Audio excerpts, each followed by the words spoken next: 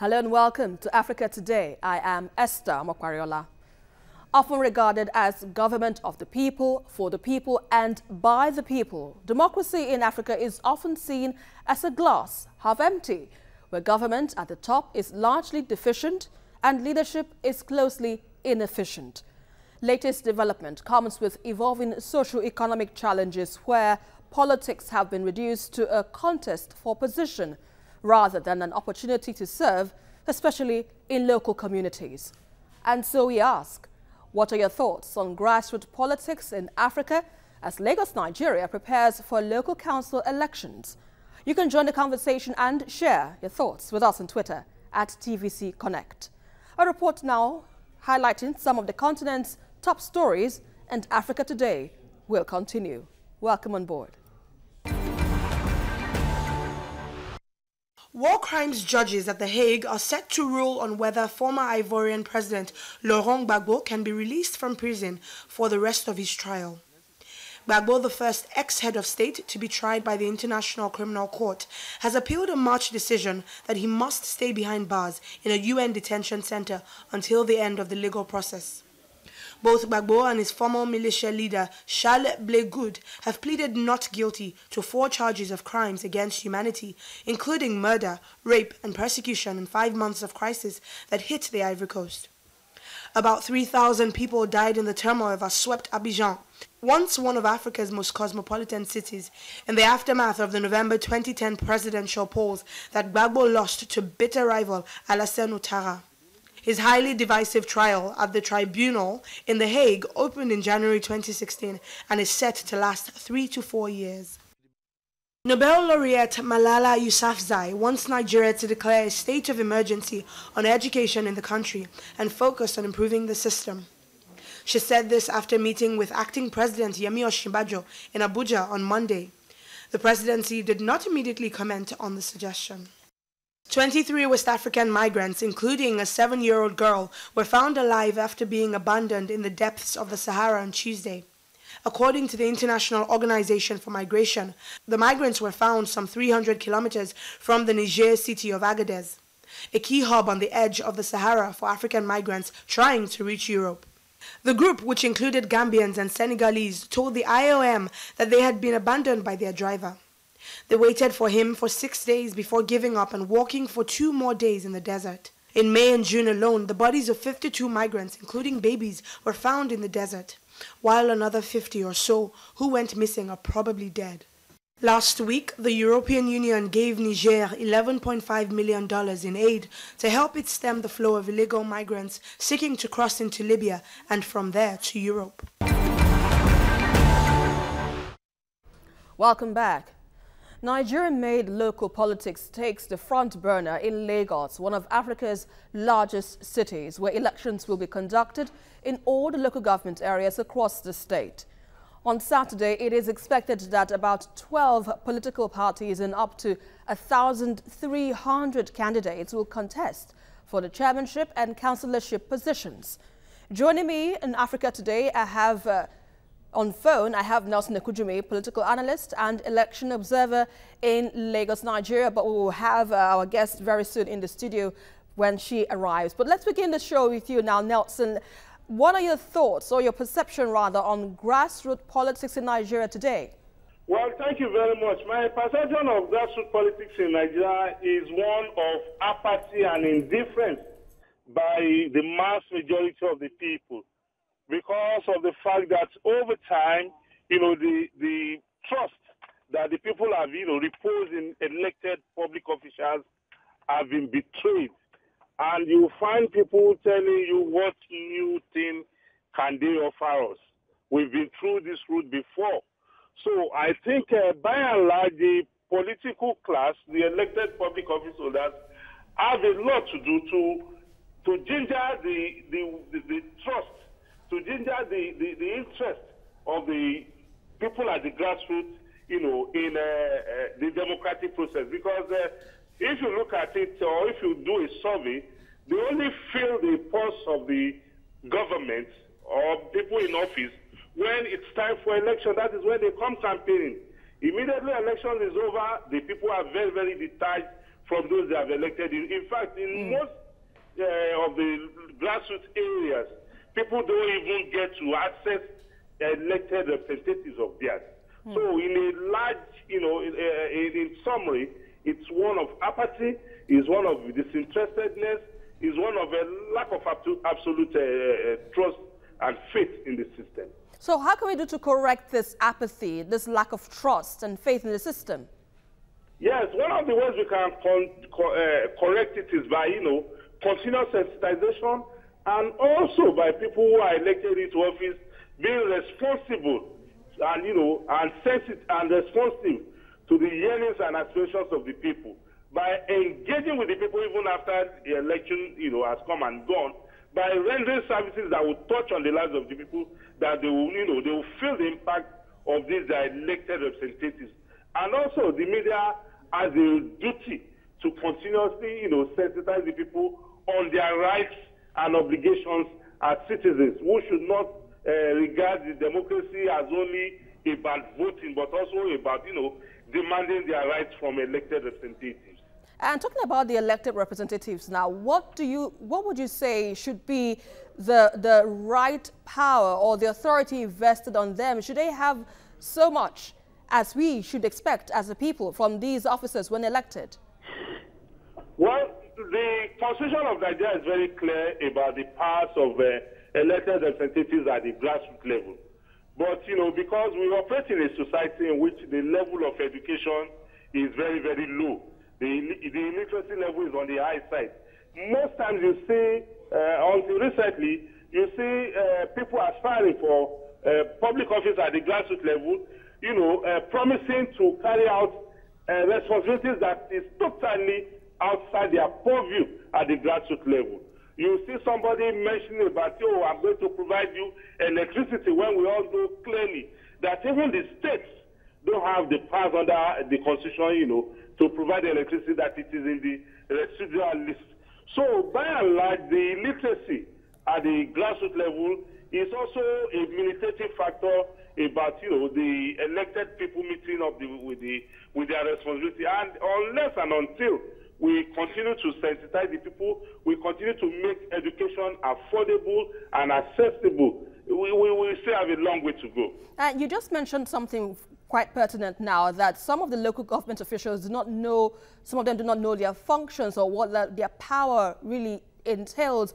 For the sake of clarity, and for those who are listening now, what exactly are the functions of the local government chairman or councillors? Thank you. The powers of the local government chairman and councillors involves making bylaws, collection of levies and tolls, provision of, environmental instruments like, clearing of drainages and what have you, collection of market tolls. Before we had the tinkering by the state government, the local government were in charge of what we call the land use, the tenement rate, but which is now called land use charge or land use bill. Because unfortunately for us as a people, we've had too many tinkering with the local government system by the state, such that the local government is just like an infant who is always sucking the breast of the mother, which is the state government, that it will never be allowed, to grow up and walk on its feet. So these are part of the problems we have at the local government, and these are part of the functions of the local government council. Construction of a type C road, that is a feeder road. The local government also has the responsibility to construct drainages, and culverts for in their locality. And again, there's this issue of local government autonomy, which is well, not really practiced in the Nigerian politics today. How much of a difference or significance do you think that would have for local governments? Well, I think the level of our enlightenment at this point in time does not make it feasible for us to have autonomy in the local government administration. And also, we must also recognize that the local government, according to our constitution, is the creation of the states. So until the first thing we should do is to amend the local government, the constitution, to allow local government to have autonomy. But so long as that constitutional provisions are still in place, we can't talk of local government autonomy. Also, I've told you about the level of ignorance, the level of apathy. If you allow local governments to have autonomy, I can tell you that very clearly, the local governments today are able to, carry out some functions because of the assistance of the states. The states will just leave them on their own. Only recently, the Lagos state government, awarded about 2 roads per local government across the 57 local governments and LCDs of the state. And they also awarded some other roads. In the last few years, you can point to how many roads local governments, have constructed in Nigeria. You see some projects that have been undertaken by state governments. These are projects that should be undertaken by the local government, like the building of bus stops, the building of bus park or road parks, the provision of transport facility. Nothing stops the local government, from having its own transportation company, providing to ease the transportation worries of the people within its, environment. So the issue of local government autonomy, it's not feasible for now because of what obtains politically at the grassroots level, where it is one of high ignorance. Let me even give you an addition.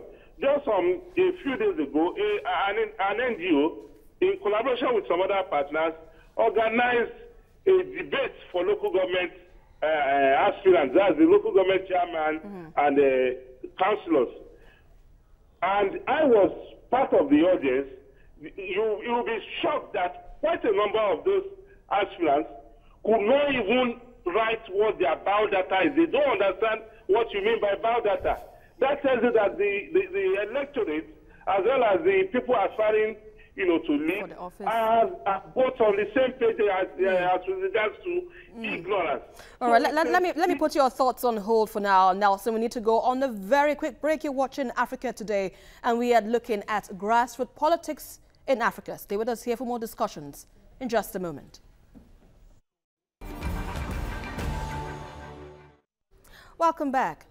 Now, amidst the debate on Africa, if Africa is still rising or whether it never rose, lies the narrative of how institutions of government are structurally weak and politically complex for leadership at all levels to move in one direction.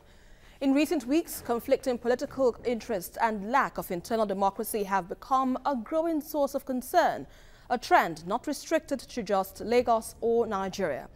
Now I have in the studio with me a Princess Folashade Oba, politician and gender rights advocate in Lagos, Nigeria, and interestingly, she is vying for the political office for the local government vice chairmanship position in Ikorodu Central, which is in Lagos.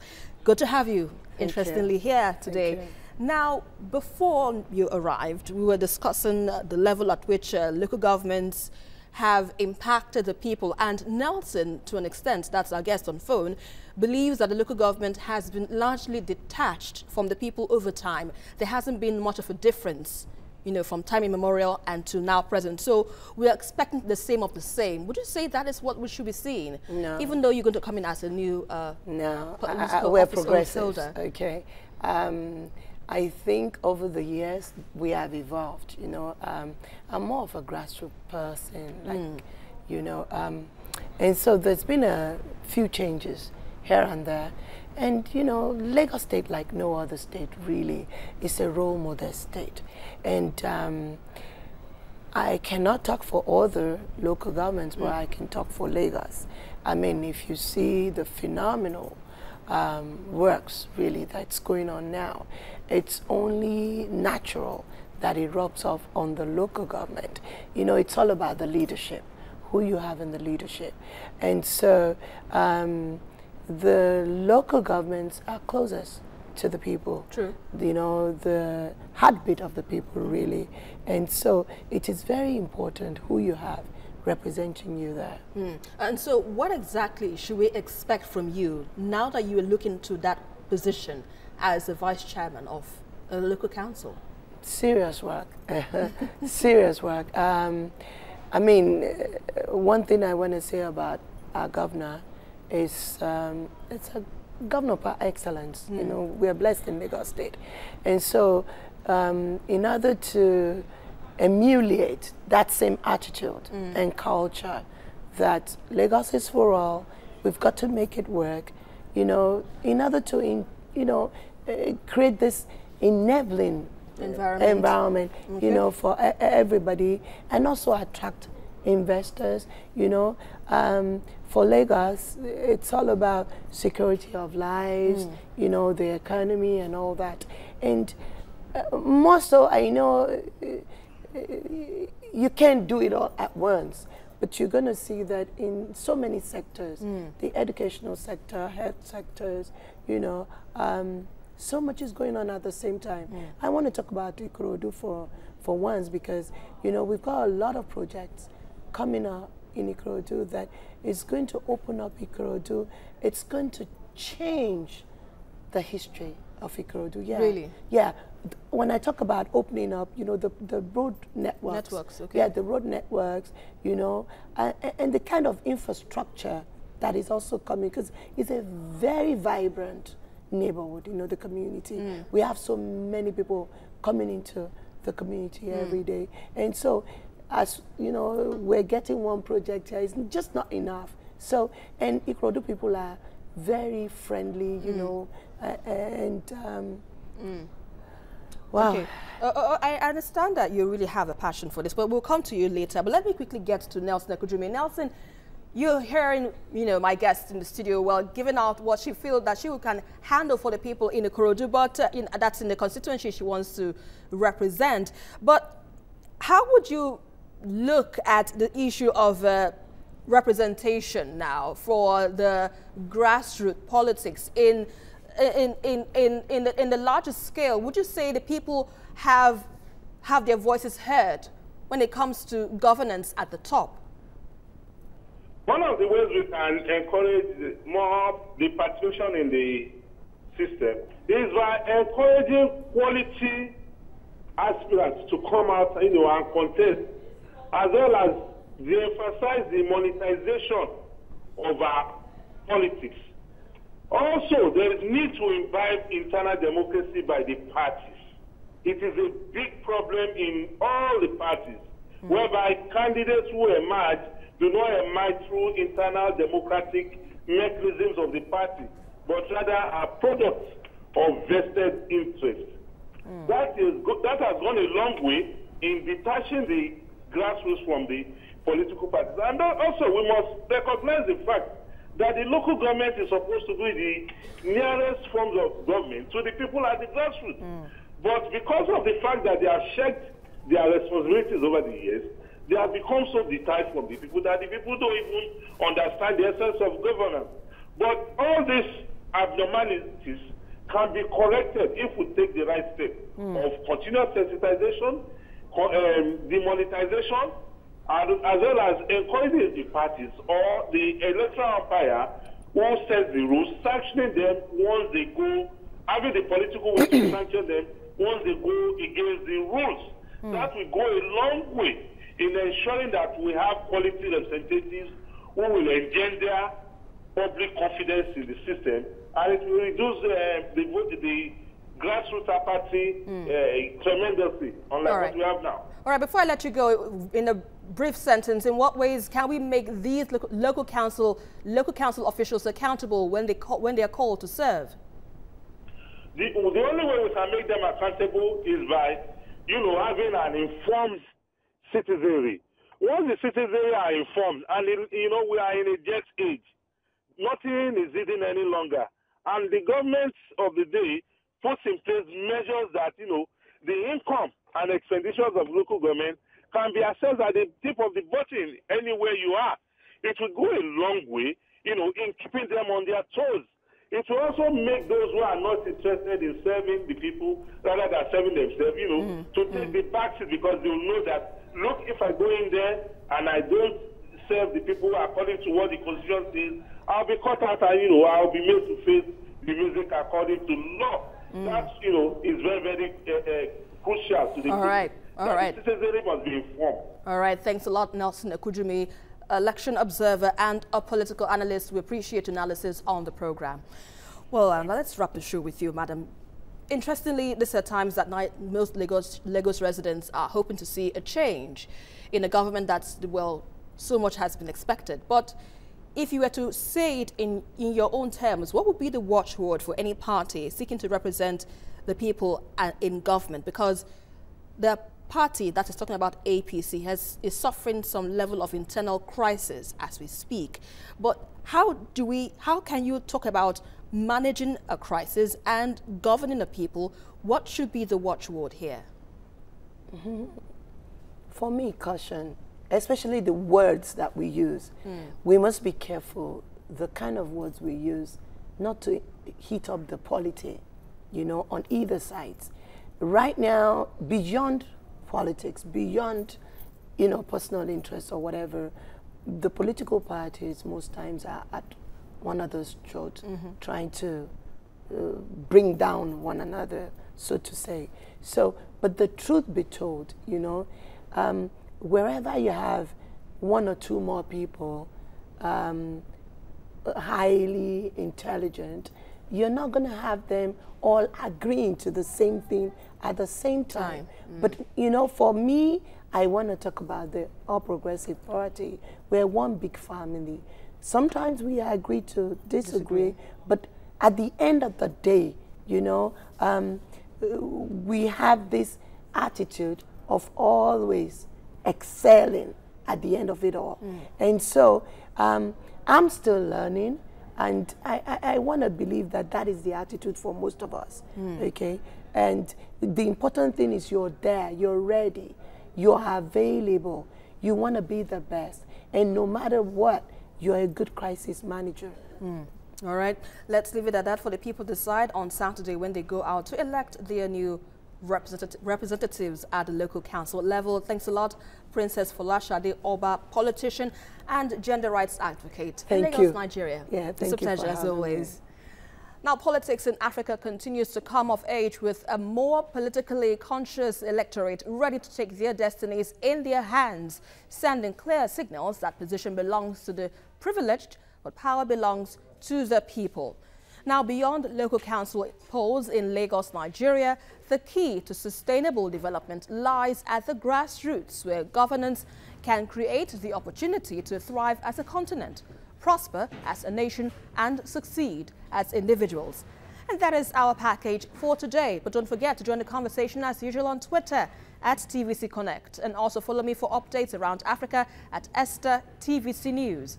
On to the next one. I am Esther Mokwariola, and always remember, this is Africa. Bye for now.